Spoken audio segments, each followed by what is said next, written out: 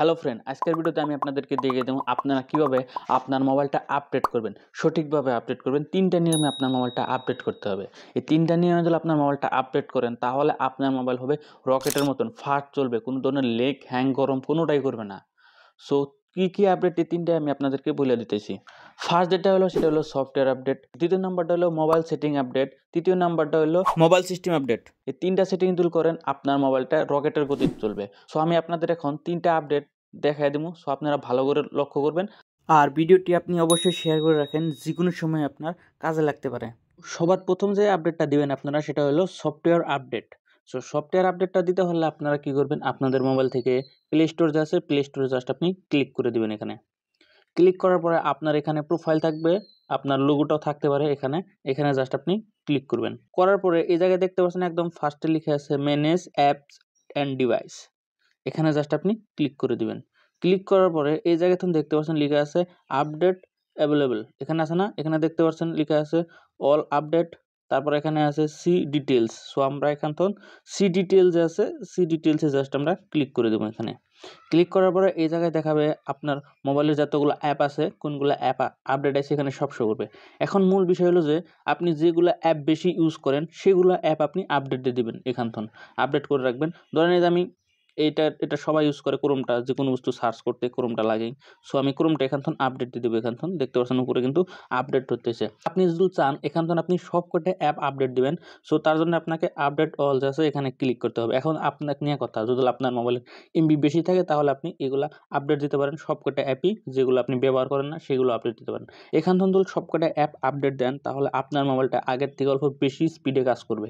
So এগুলো আপনাকে নিয়ে কথা। আপনি যদি এমবি থাকে তাহলে সব কটা আপডেট দিবেন, আর যদি এমবি যদি কম থাকে তাহলে আপনি যে কটা অ্যাপ বেশি ইউজ করেন সে কটা কিন্তু এখান থেকে আপডেট দিয়ে দিবেন। এটা ফার্স্ট সেটিং চলে গেল। এখন আমরা যাব দ্বিতীয় সেটিংসে। দ্বিতীয় সেটিংটা হলো যে মোবাইল সিস্টেম আপডেট। আপনার মোবাইলের সিস্টেমটা আপডেট করতে হবে, এটা মূল বিষয়। এটা যদি আপনি না করেন তাহলে আপনার নতুন মোবাইল হোক বা পুরনো মোবাইল হোক, আপনার মোবাইলটা 100% স্লো কাজ করবে এবং কি লেগ হ্যাং করবেই।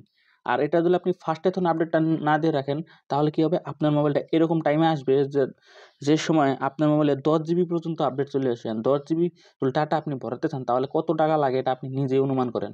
সো আপনি প্রত্যেক মাসে মাসে আপডেটটা দিয়ে দিবেন। আর যদি নতুন মোবাইল হয়ে থাকে তা আপনার মোবাইলে প্রত্যেক মাসে মাসে আপডেটটা চলে আসে। সো তার জন্য আপনি সেটিং যে আছে সেটিংয়ে ক্লিক করবেন। করার পরে এখান থেকে আপনি স্ক্রল করলে একটা অপশন দেখতে পারবেন, এই যে সিস্টেম আপডেট, এই যে দেখতে পাচ্ছেন এখানে জাস্ট ক্লিক করবেন। করার পরে এই জায়গায় কিন্তু আপনার সিস্টেম আপডেটটা শো করবে। যেহেতু আমি অলরেডি 2 দিন আগে দিছি এই জন্য কিন্তু এখানে শো করে নাই। আপনার যদি আপডেটটা যদি না দিয়ে থাকেন তাহলে আপনার এই যে জায়গায় শো করে থাকবে, এই যে জায়গায় আপডেট বা এখানে ডাউনলোড লেখা থাকবে। এখন আপনাকে নিয়ে কথা, এখানে কিন্তু আপনি যদি না আপডেট দিয়ে থাকেন তাহলে কিন্তু 5 জিবি পর্যন্ত আপডেট আসতে পারে, 5 জিবি 10 জিবি পর্যন্ত আপডেটটা আসতে পারে এখানে। সো আপনি যদি না দিয়ে থাকেন তাহলে দিয়ে দিবেন, উপায় নাই ভাই। 5 জিবি 10 জিবি যতই হোক না কেন আপডেটটা দিতে হবে আপনাকে, যেহেতু আপনার মোবাইলটা ফাস্ট করতে হবে। আর এখান থেকে আপডেটটা দেওয়ার লগে লগে দেখবেন আপনার মোবাইলটা আগের থেকে অনেক বেশি স্পিডে কাজ করবে। তো এখান থেকে আপনারা আপডেটটা দিয়ে দিবেন, যেহেতু আমারটা নাই, আমি 2 দিন আগে দিয়ে দিছি। সো এটা হলো তৃতীয় যে আপডেট, সেটা হলো আপনার মোবাইল সেটিং আপডেট। সো মোবাইলের সেটিংটা আপডেট করতে হবে আপনাকে, তার জন্য সেটিংসে ক্লিক করবেন। করার পরে এই জায়গায় তখন স্ক্রল করলে একটা অপশন দেখতে পারবেন সিস্টেম, এই সিস্টেমে জাস্ট ক্লিক করবেন। করার পরে এই জায়গায় তখন আপনি খুঁজে নেবেন রিসেট অপশন।